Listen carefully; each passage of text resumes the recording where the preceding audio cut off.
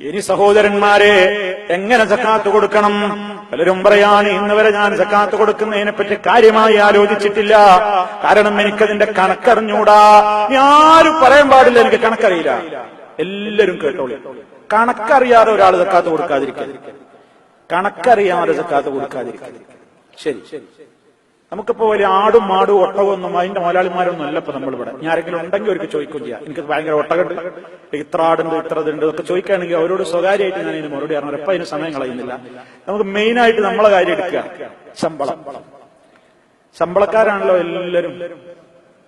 ഈ സകാത്തിന്റെ കാര്യം എന്ന് പറയുമ്പോൾ അത് വലിയ മുതലാളിമാര്, വലിയ ഹൈപ്പർ മാർക്കറ്റുകാര്, വലിയ സൂപ്പർ മാർക്കറ്റുകാര്, മാളുകൾ, അതിന്റെ ഒക്കെ ആൾക്കാർ, ഇവരൊക്കെ കൊടുക്കണ്ടല്ലോ. ഞാൻ സാധുവല്ലേ? എന്താ ഇസ്ലാമിലെ ഗനിയെ? ആരാ ഇസ്ലാമിലെ പണക്കാരൻ? ആരാ സക്കാത്ത് കൊടുക്കാൻ കടപ്പെട്ടവര്? കറൻസിയാണ് നമ്മൾ ഉപയോഗപ്പെടുത്തുന്നത്. എവിടെ നിന്ന് നമ്മൾ വാങ്ങുന്നു? UAE-യുടെ ദിർഹം നാട്ടിലേക്ക് അയക്കുന്നു. ഇന്ത്യൻ കറൻസി, ഇന്ത്യൻ രൂപ. എത്രയുണ്ടെങ്കിൽ നമ്മൾ സക്കാത്ത് കൊടുക്കണം? 595 ഗ്രാം സിൽവർ. ശരിക്ക് പഠിച്ചോളി. 595 ഗ്രാം വെള്ളി. വെള്ളി വിൽപ്പന നടത്തുന്ന സ്ഥലങ്ങളിലോ അതല്ലെങ്കിൽ നിങ്ങൾ ഗൂഗിളിലോ ഒന്ന് അടിച്ചു നോക്ക്. 595 ഗ്രാം വെള്ളിക്ക് ഇന്നത്തെ മാർക്കറ്റ് റേറ്റ് എത്രയാണ്? അതിന്റെ UAE ദിർഹം എത്രയാ? ഇന്ത്യൻ രൂപ എത്രയാ? അമേരിക്കൻ ഡോളർ എത്രയാ? യൂറോ എത്രയാ വരിക? സൗദി റിയാൽ എത്രയാ? ഖത്തരി റിയാൽ എത്രയാ? Bahrain dinar, Kuwait dinar, Oman riyal, ഏതോ ആകട്ടെ, എത്ര വരും നോക്ക്. എത്രയാ നിങ്ങൾക്ക് കിട്ടുന്ന കറൻസി അത് നോക്ക്. അത്രയും ധനം, 595 ഗ്രാം വെള്ളിക്ക് തുല്യമായ ധനം നിങ്ങളുടെ കൈകളിൽ ഒരു കൊല്ലം നിങ്ങളുടെ അത്യാവശ്യ ചെലവും കഴിച്ച് മിച്ചമുണ്ടെങ്കിൽ ഇസ്ലാം പറയുന്നു നിങ്ങൾ സക്കാത്ത് കൊടുക്കൽ നിർബന്ധമായ ഗനിയാണ്, സമ്പന്നനാണ്, ഐശ്വര്യവാനാണ്. അതിൽ സംശയമൊന്നും വേണ്ട. ആർക്കെങ്കിലും പറയാൻ അറിയുന്നുണ്ടെങ്കിൽ വിളിച്ചു പറയാം. 595 ഗ്രാം സിൽവറിന് ഇപ്പൊ എന്താ റേറ്റ്? ഞാൻ നോക്കിയിട്ടില്ല. നിങ്ങൾക്ക് എല്ലാവർക്കും നോക്കാൻ പറ്റും. അതുകൊണ്ട് കണക്കൂട്ടിക്കോളി. അത്രയും വെള്ളിക്കുള്ള രൂപ, ഇന്ത്യൻ രൂപ അല്ലെങ്കിൽ UAE ദിർഹം നിങ്ങളുടെ കയ്യിൽ ഒരു കൊല്ലം കഴിഞ്ഞിട്ടുണ്ടെങ്കിൽ, അഥവാ നിങ്ങളുടെ ബാലൻസ് ഷീറ്റിൽ, നിങ്ങളുടെ ബാലൻസിൽ അത്രയും ബാലൻസ് ഉണ്ടെങ്കിൽ, അധികമൊന്നും വേണ്ട കേട്ടോ, അധികമൊന്നും വേണ്ട, അത്രയും ബാലൻസ്, ഒരു 25,000, ഇനിയിപ്പോ എത്ര എനിക്കറിയില്ല, 25 or 30 ഒക്കെ ഉള്ളിലേ ഉള്ളൂ രൂപ.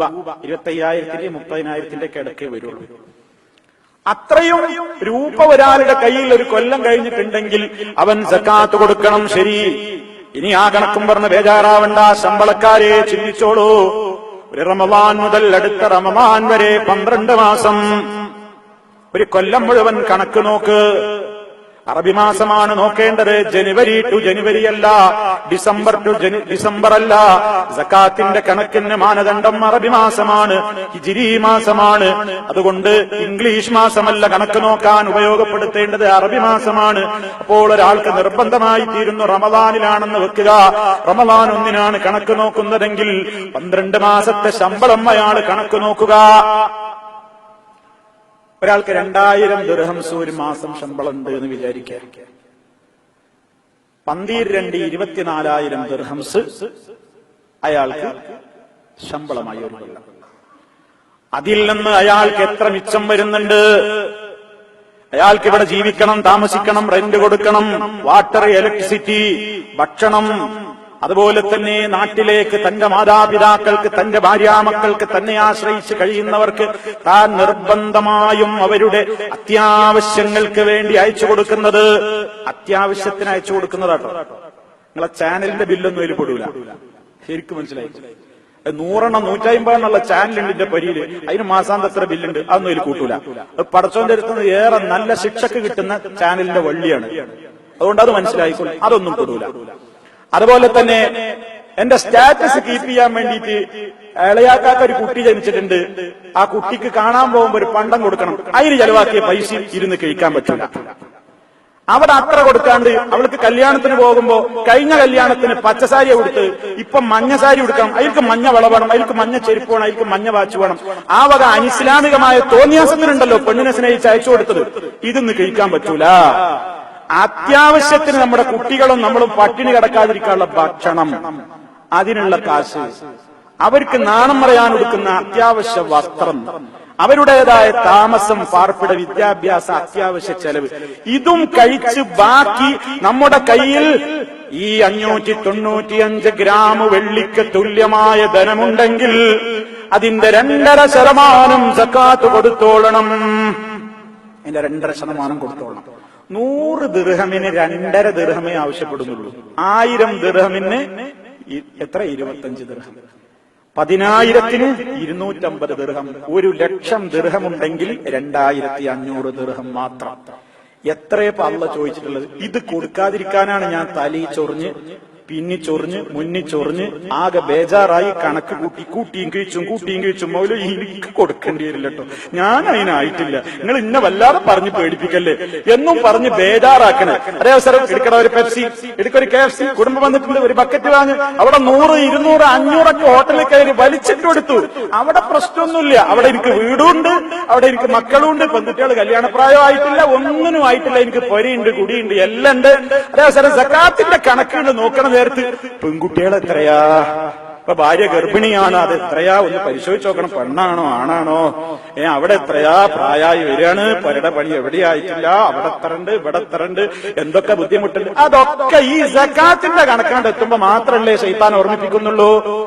الشيطان يعدكم الفقر ويأمركم بالفحشاء والله يعدكم مغفرة منه وفضلا والله واسع عليم. ശൈത്താൻ നിങ്ങളോട് വാഗ്ദത്തം ചെയ്യുന്നത് ഫഖീറായി പോകുമെന്നാണ്.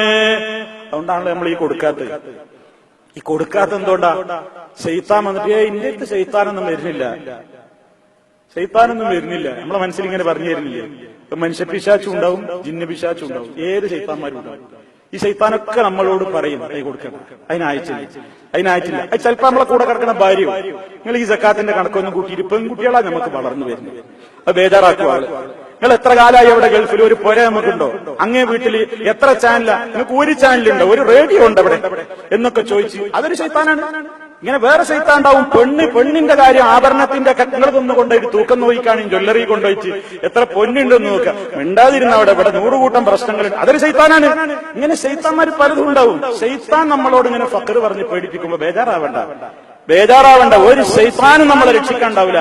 അതുകൊണ്ട് കൃത്യമായി ശമ്പളക്കാരെ നമ്മുടെ ഒരു കൊല്ലത്തെ ശമ്പളം കണക്ക് കൂട്ടിയിട്ട് ആ ശമ്പളത്തിൽ നിന്ന് അത്യാവശ്യ ചെലവുകൾ കിഴിച്ച് നമുക്ക് കിട്ടാനുള്ള കടം ഇങ്ങോട്ട് വരവ് വെച്ച് അങ്ങോട്ട് കൊടുക്കാനുള്ളത് അതിൽ നിന്ന് മൈനസ് ചെയ്ത് ബാക്കിയുള്ള തുകയുടെ 2.5% സക്കാത്ത് കൊടുത്തോ നിർബന്ധമാകുന്നു. ഒരു വിട്ടുവീഴ്ചയില്ല, എല്ലാരും കൊടുത്തോളണം.